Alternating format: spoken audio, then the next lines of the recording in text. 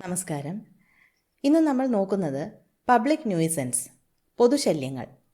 നമ്മുടെ തൊട്ടടുത്തുള്ളവർക്കോ നമ്മോടൊപ്പം ഉള്ളവർക്കോ അയൽക്കാർക്കോ ശല്യമായി വരുന്ന പ്രവൃത്തികളാണ് പൊതുശല്യങ്ങൾ. അപകടഭീതിയോ സ്വൈര്യക്കേടോ തടസ്സമോ മാർഗതടസ്സമോ വഴിതടസ്സമോ അങ്ങനെയുള്ള സംഗതികളെല്ലാം പബ്ലിക് ന്യൂയിസൻസ് എന്ന കാറ്റഗറിയിലുള്ള കുറ്റമാണ്. ഇത് സിവിലായും ക്രിമിനലായും നടപടി സ്വീകരിക്കാവുന്ന കുറ്റമാണ്. നമ്മൾ ഇന്നിവിടെ പബ്ലിക് ന്യൂയിസൻസിലെ ക്രിമിനൽ ലയബിലിറ്റി മാത്രമാണ് നോക്കുന്നത്. നമ്മുടെ IPC റിപ്പീൽ ചെയ്യുകയും ഭാരതീയ ന്യായ സംഹിത എന്ന പുതിയ ശിക്ഷാ നിയമം നിലവിൽ വരികയും ചെയ്തിട്ടുള്ളതായി നമുക്കറിയാം. അതിൽ ഈ സാമൂഹ്യ വിരുദ്ധരുടെ പ്രവർത്തനങ്ങളെക്കുറിച്ചും അത് തടയുന്നതിനുള്ള മാർഗങ്ങളെക്കുറിച്ചും പറയുന്നുണ്ട്. ഭാരതീയ ന്യായ സംഹിതയുടെ അധ്യായം 15 പൊതുശല്യങ്ങൾ ക്രോഡീകരിക്കുന്നത്. പബ്ലിക് ന്യൂയിസൻസ് ഡിഫൈൻ ചെയ്യുന്നത് സെക്ഷൻ 270 BNS ആരോഗ്യപരമായ ജീവിതത്തിനുള്ള അവകാശം, സുരക്ഷിതത്വത്തിനുള്ള അവകാശം, സൗകര്യ അവകാശങ്ങൾ നിലനിർത്തി കിട്ടാനുള്ള അവകാശം, ഡീസന്റായും അന്തസ്സായും ജീവിക്കാനുള്ള അവകാശം, സത്പേരും സദാചാരവും നിലനിർത്താനുള്ള അവകാശം എന്നിങ്ങനെയുള്ള അവകാശങ്ങൾ നിലനിർത്തി കിട്ടാനുള്ള പൗരന്മാരുടെ അവകാശങ്ങളെക്കുറിച്ചാണ് ഇവിടെ പറയുന്നത്. ഈ അവകാശങ്ങളിൽ മേൽ കടന്നു കയറുന്നവരെയാണ് പബ്ലിക് ന്യൂയിസൻസ് എന്ന് പറയുന്നത്.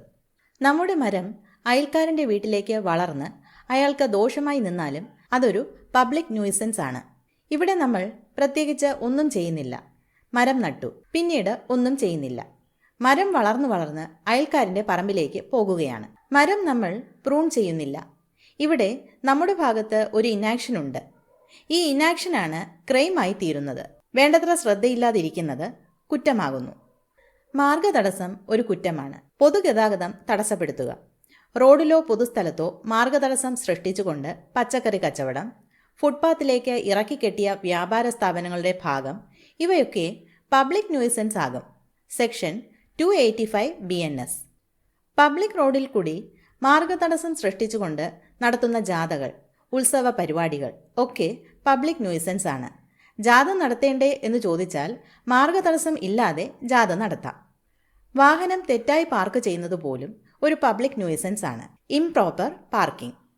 1980 ബീഹാറിൽ റിപ്പോർട്ട് ചെയ്ത ഒരു കേസിൽ ഒരാൾ ചെയ്തത് അയാളുടെ കാർ സ്ഥിരമായി ഒരു വീടിനു സമീപം രാത്രി വളരെ വൈകുവോളം പാർക്ക് ചെയ്യുകയാണ് ചെയ്തത്. ഇങ്ങനെ സ്ഥിരമായി കാറ് പാർക്ക് ചെയ്തതുകൊണ്ട് ആ നാട്ടിലെ ആളുകൾ ആ വീട്ടിലെ സ്ത്രീകളെക്കുറിച്ച് മോശം വർത്തമാനം പറഞ്ഞു വരുത്തി. ഇത് ഒരു പബ്ലിക് ന്യൂയിസൻസായി കോടതി വിലയിരുത്തി. ആരോഗ്യ പ്രശ്നങ്ങൾ സൃഷ്ടിക്കുകയാണ് മറ്റൊരു ന്യൂയിസൻസ്. നമ്മുടെ വീട്ടിൽ പ്ലാസ്റ്റിക് കത്തിച്ച് പുക പരത്തുന്നതുകൊണ്ട് സമീപ പ്രദേശത്തുള്ളവർക്കും അയൽക്കാർക്കും ആരോഗ്യ പ്രശ്നങ്ങളും പ്രയാസങ്ങളും ഉണ്ടാകാം. അത് ഒരു ക്രിമിനൽ കുറ്റമാണ്. അതുപോലെ പകർച്ചവ്യാധികളുടെ വ്യാപനം തടയേണ്ടത് എല്ലാവരുടെയും ഉത്തരവാദിത്തമാണ്. പകരുന്ന അസുഖങ്ങൾ ഉള്ളപ്പോൾ മതിയായ മുൻകരുതലുകൾ എടുത്ത് മറ്റുള്ളവരെ സംരക്ഷിക്കണം. ശക്തിയായി തുമ്മുന്നതിൽ കൂടിയും തുപ്പുന്നതിൽ കൂടിയും പകരുന്ന അസുഖങ്ങളുള്ളവർ മാസ്ക് ധരിക്കേണ്ടത് അത്യാവശ്യമാണ്. Section 271 BNS. ജീവന് അപകടമായേക്കാവുന്ന രോഗങ്ങൾ മനഃപൂർവ്വം പരത്തുന്നത് ഗുരുതരമായ ക്രിമിനൽ കുറ്റമാണ്. ഇത്തരം കുറ്റങ്ങളിൽ വാറണ്ട് കൂടാതെ തന്നെ പോലീസിന് കുറ്റം ചെയ്തയാളെ അറസ്റ്റ് ചെയ്യാം. ഇതിൽ തടവ് ശിക്ഷ 2 വർഷം വരെ നീണ്ടുപോകാം. കൊറോണ വ്യാപന സമയത്തൊക്കെ പോലീസ് നമ്മളെ നിരത്തിലിറങ്ങുന്നതിൽ നിന്നും തടഞ്ഞിരുന്നത് ഓർമ്മയില്ലേ? ക്വാറന്റൈൻ പ്രഖ്യാപിച്ചാൽ അത് അനുസരിക്കാതിരിക്കുന്നതും കുറ്റമാണ്. Section 273 BNS. മറ്റൊരു പബ്ലിക് ന്യൂയിസൻസ് അഡൾട്ടറേഷൻ ഓഫ് ഫുഡാണ്. ഭക്ഷണ സാധനങ്ങളിൽ മായം ചേർക്കൽ. മായം ചേർക്കൽ മാത്രമല്ല, കേടായ ഭക്ഷണ പദാർത്ഥങ്ങളും പാനീയങ്ങളും വിൽപ്പനയ്ക്കായി സൂക്ഷിക്കുന്നതും ഇവിടെ കുറ്റകരമാണ്. 1954 മുതലേ മായം ചേർക്കൽ നിരോധന നിയമം നിലവിലുണ്ട്. ഇതുകൂടാതെ നിരവധി ഫുഡ് സേഫ്റ്റി സ്റ്റാൻഡേർഡ്സ് ആൻഡ് റെഗുലേഷൻസും നമ്മുടെ രാജ്യത്ത് നിലവിലുണ്ട്. അതിലും ശിക്ഷകൾ പറയുന്നുണ്ട്. അതിനൊക്കെ പുറമെയുള്ള ശിക്ഷകളാണ് ഇവിടെ സെക്ഷൻ 274 BNS പറയുന്നത്. ഭക്ഷണം മാത്രമല്ല, മരുന്നുകൾ തെറ്റായി തയ്യാറാക്കി വിൽപ്പനയ്ക്കായി സൂക്ഷിക്കുന്നതും കുറ്റകരമാണ്. ഏതൊരു മരുന്നും തയ്യാറാക്കേണ്ടത് അംഗീകൃതമായ ഫാർമകോപ്പിയെ പ്രകാരമാണ്. അതിലെ സ്റ്റാൻഡേർഡ്സ് അനുസരിച്ച് മാത്രമേ മരുന്നുകൾ തയ്യാറാക്കാൻ പാടുള്ളൂ.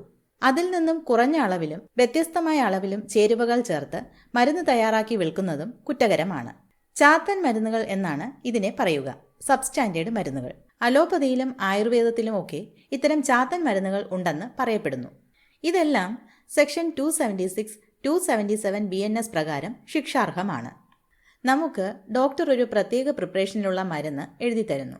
മെഡിക്കൽ ഷോപ്പിലെത്തുമ്പോൾ അവിടുത്തെ സെയിൽസ്മാൻ പറയും ഡോക്ടർ എഴുതിയ മരുന്നില്ല, വേറെ ഒരു കമ്പനിയുടെ മരുന്നുണ്ട് എന്ന്.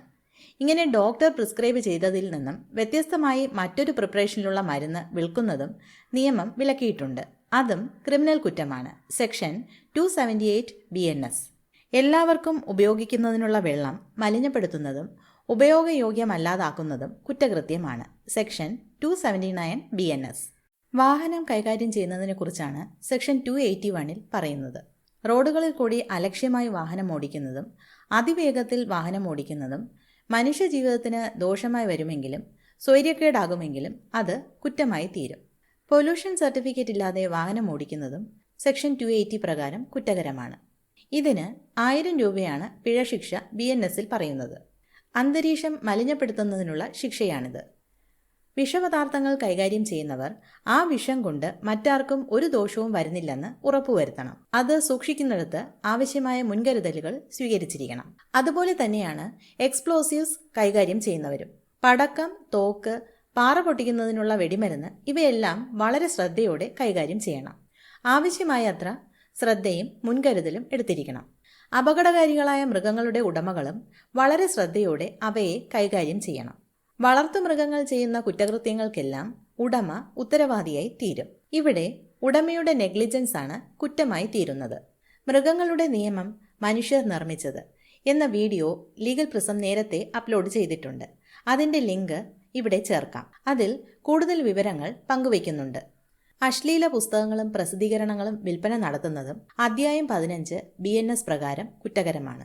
ആർക്കെങ്കിലും സ്വൈര്യക്കേടുണ്ടാകണമെന്ന ഉദ്ദേശ്യത്തിൽ തെറി പറയുന്നതും തെറിപ്പാട്ടുകൾ പാടുന്നതും സദാചാരപരമല്ലാത്ത ആംഗ്യങ്ങൾ കാണിക്കുന്നതും സെക്ഷൻ 296 BNS പ്രകാരം കുറ്റകരമാണ്.